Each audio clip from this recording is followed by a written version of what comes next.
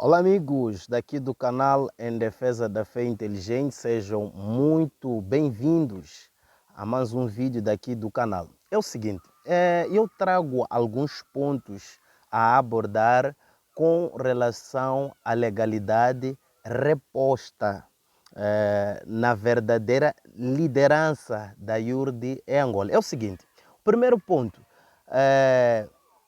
pela lei, os rebeldes da IUR de Angola nunca, nunca estiveram na liderança, porque isso é uma realidade.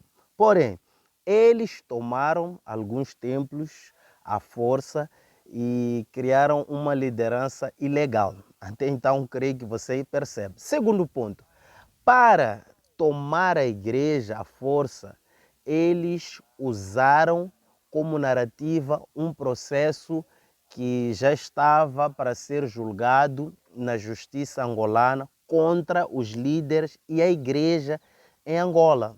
Não sei se vocês lembram. Muito bem. A Igreja Universal, ela foi totalmente inocentada pelo julgamento ocorrido em Angola, neste caso da IURD. Até aí vocês percebem tudo. O terceiro ponto, como um método de esperteza, porque os rebeldes sempre trabalham dessa forma, já sabiam que eles iriam perder na justiça legal. O que os rebeldes decidem fazer?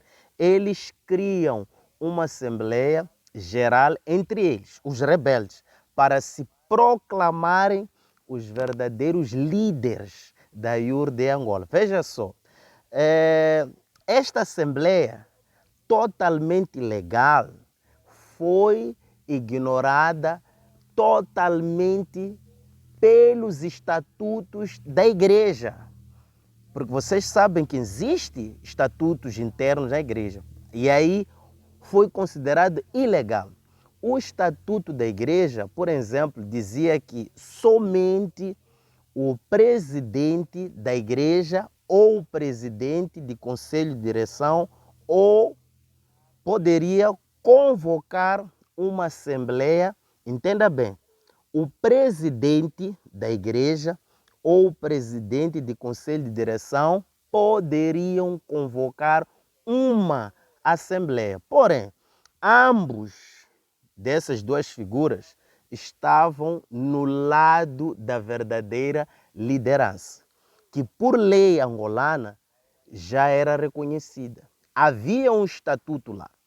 O quarto ponto, ao fim desse julgamento do processo contra a IURD, o Estado se viu no embaraço, pois porque os rebeldes se autoproclamaram os verdadeiros líderes da IUR de Angola e havia políticos dentro apoiando esse grupo de rebeldes. Mas no que tange a verdadeira parte da IURD, 90% dos membros apoiaram os verdadeiros líderes e mantiveram-se até o fim que houve essa decisão. Então, você vê que no meio desses grupos havia uma percentagem daqueles que apoiavam o grupo de rebeldes, mas havia 90% das pessoas que apoiavam a liderança instituída ou colocada pelo Bispo Macedo. Então,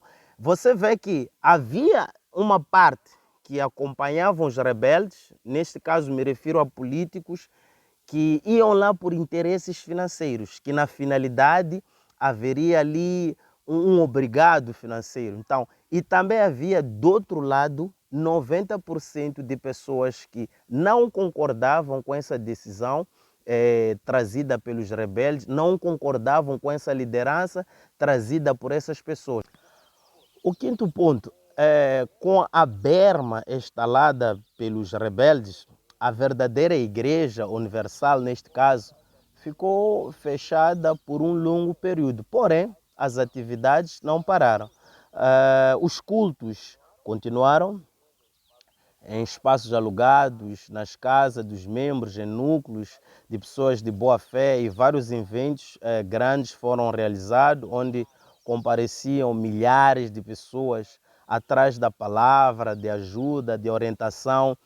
E o trabalho, na verdade, nunca parou. Agora, o ponto impertinente, que é muito importante, o ministro da Justiça avaliou o caso e o mesmo, sabendo que pela lei a verdadeira liderança era do bispo Alberto II, chamou os discordantes, neste caso é o líder dos rebeldes e o bispo Alberto, para um acordo de pacificação, em outras palavras, um acordo de entendimento. Neste acordo ficou acertado que a igreja deveria mudar o nome e convocar uma nova Assembleia Geral. Você percebeu agora? Agora, nesse acordo ficou acertado que a igreja deveria mudar um nome e convocar nova Assembleia Geral. Nos meses seguintes foi feita a Assembleia Geral e o bispo Alberto II foi reafirmado como o líder da IURD em Angola. Esta foi a verdade. Então, e o ponto mais impertinente, com a liderança reposta neste caso, né, ainda faltava a mudança do nome para a legalidade ela seja reposta oficialmente. Então, ainda bem, perceba bem, após a IURD mudar o seu nome para a Igreja do Reino de Deus em Angola, o Ministério da Justiça publicou um decreto onde finalmente acabou com o processo de rebelião. No decreto, meu amigo, todos os bens foram passados para a IURDA. O processo de mudança dos letreiros já estão em andamento para que em breve todos os templos sejam utilizados pela verdadeira liderança. Deu para entender? Muitos, por exemplo, vão achar ruim a mudança do nome, mas como eu já expliquei em outros vídeos, a Igreja Universal tem outros nomes. Um deles é Pare de Sofrer, Centro de Ajuda, em outros países. O nome pouco importa para mim, porque a direção espiritual continua a mesma, é do bispo Edir Macedo.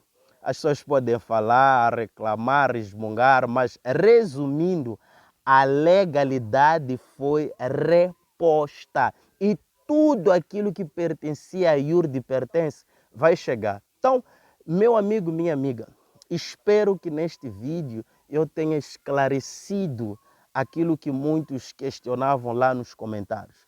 E quero desde já agradecer a todos que têm nos apoiado. Para si que não me conhece, eu sou José Nkanzi, ex-obreiro da Igreja Universal e membro. Então, não se esqueça de deixar o seu like ou deixar a sua opinião concernente a este assunto que nós acabamos de abordar. Um forte abraço, até lá!